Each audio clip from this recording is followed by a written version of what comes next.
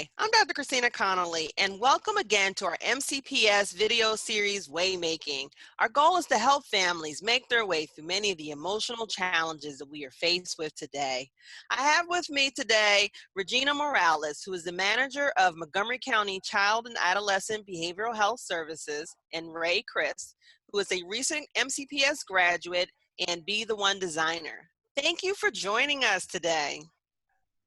Yeah, thank you for having us, much. Christina. All right. So first, I have a question for the both of you. Can you share with us what the BTheOne campaign is and why is suicide prevention important? First, let's start with Regina. So thank you again for having us, Christina. The BTheOne campaign is a movement that we developed in Montgomery County to get out the word that kids, young people, can help their friends. They can help their peers that are having problems with suicidal thinking, or problems with depression, or problems with substance misuse. We know that young people tend to talk to each other before they'll talk to an adult, and we wanted them to have the tools and the way to be effective in how they assist their friends.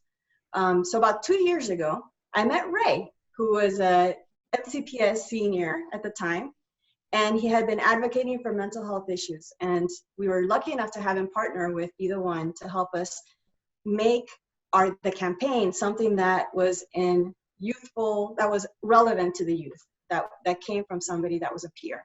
So I'll let Ray explain and talk to you more about that. Sure. So I'll say, I came to the mental health world very much like a lot of other MCPS kids, in that, throughout my high school experience, struggled with, you name it, depression, suicidal thoughts, substance abuse. These are all things that are part of my story. And I say all the time, I was one of the kids who thought, he was never going to get better.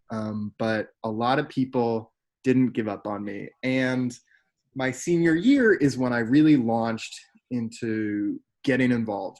How can we help? Because it's so obvious to me, and the people, that I've met, is that people don't know a lot about these issues. And so I started trying to use my voice, and that's how I met Regina and a lot of other really smart people working with the county who put together this kind of crash course on mental health, and were really based sort of on and they were awesome in saying, what do you want to hear? Because what is it that you, as a kid who's struggling, or a friend of people struggling, what are the things that you would have liked to know? And that's really what BTheOne was written with the thought towards. Right.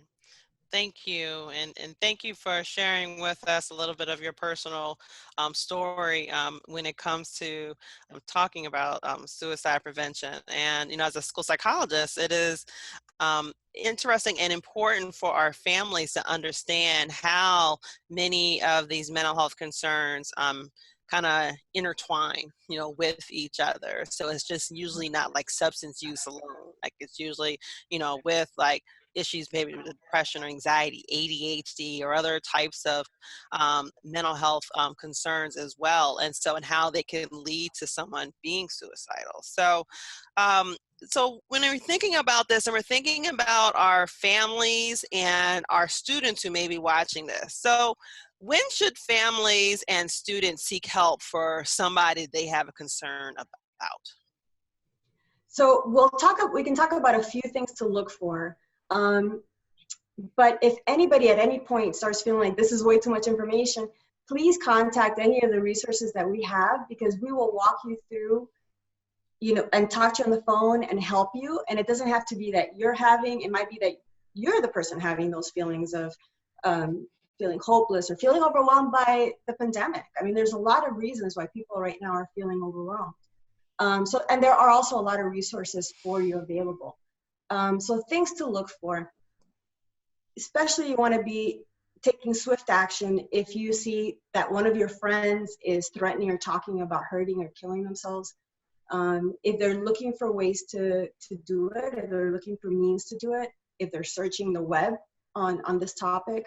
Those are the things you want to take swift action on and talk to an adult right away.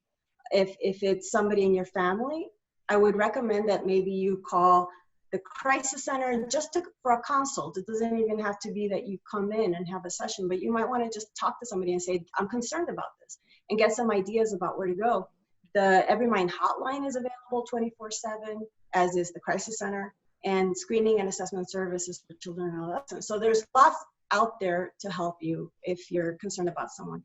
Other things that might be concerning is if your friend is starting to give away their possessions, or calling people to say goodbye, or if you're noticing that they're more hopeless or they're feeling more isolated and withdrawn.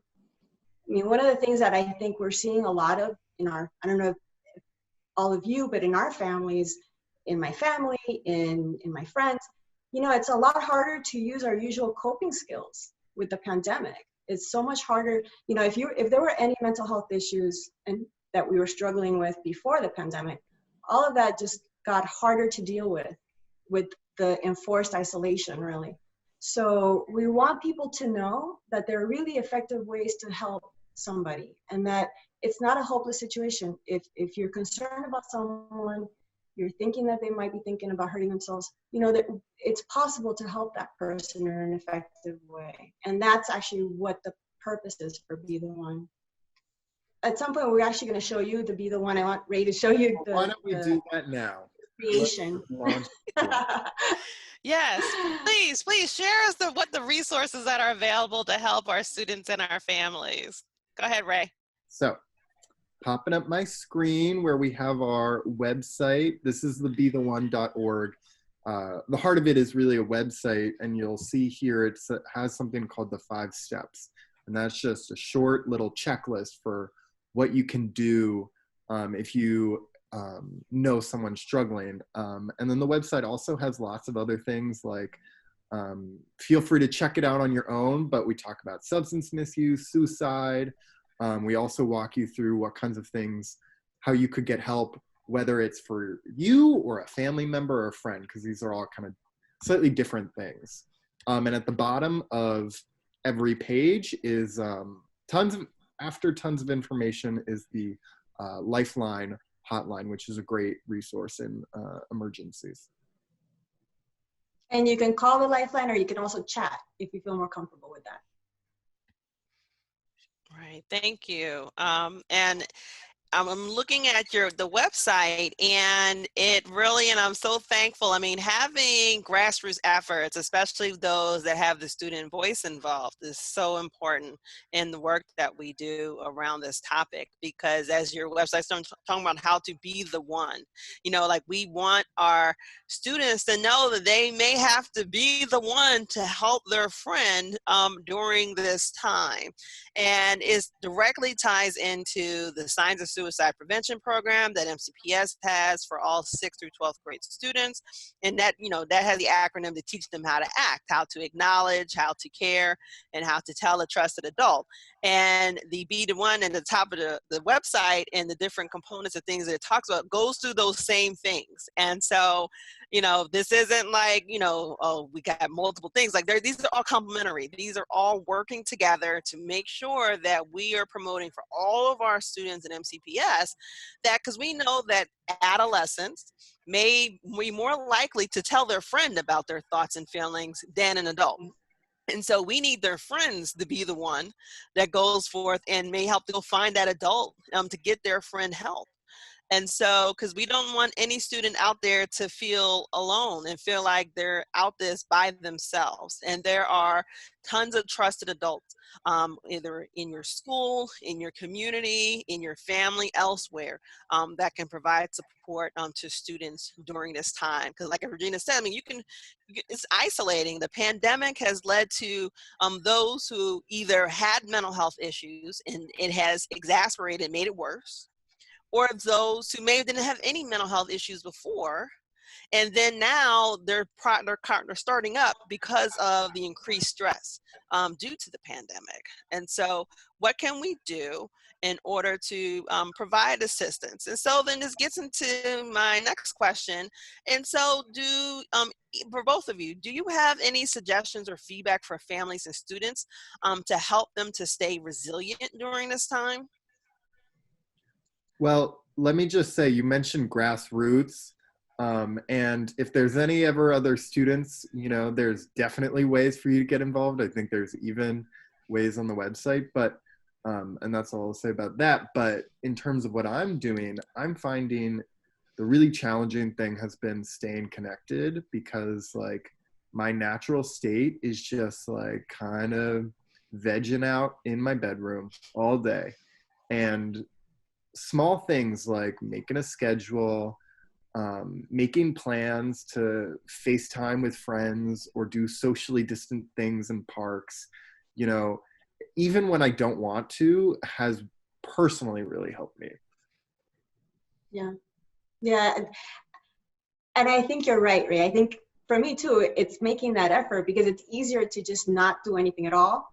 So to make the effort to go to join your friends in that Zoom meeting when you don't really want to do anything. But for me, what's also been very helpful, besides connecting with people, has been things I wasn't taking the time to do before, like going on long walks, gardening, taking care of my plants, petting my cat. I mean, things that are so simple, but I think that the pandemic has boiled things down to a real simple, to the bare essentials in some ways. And things that I used to take for granted, I now enjoy doing more than I did before. Right. And I think that's for many of us, I mean, those small steps, like you all said, and taking and getting up and doing things. I mean, that is something I think I've heard consistently over the past 3-4 months that we've been at home, in terms of trying to find that way of, because if I could just sit in the bed all day and binge watch like Netflix or Disney Plus or something, I think I would do it, but I Right. can't. So it's like trying to get myself up out of bed. And the same thing with my daughter, who's 11, and trying to help her, like, you gotta have a schedule, you gotta get up, you gotta do this, you gotta do that. And so that, because like every day is not the weekend. And so like, what can we do to get ourselves up and running? And though all those things you shared are all great examples of staying resilient during this time. So I want to thank you, Regina and Ray, for your time to be with us today. And we want to thank our viewers for joining us for Waymaking. To send us additional questions and topics to be aired on the show, please visit the link on the screen. Also, please go to our YouTube playlist to find additional shows in our series. And please join us next time on MCPS Waymaking.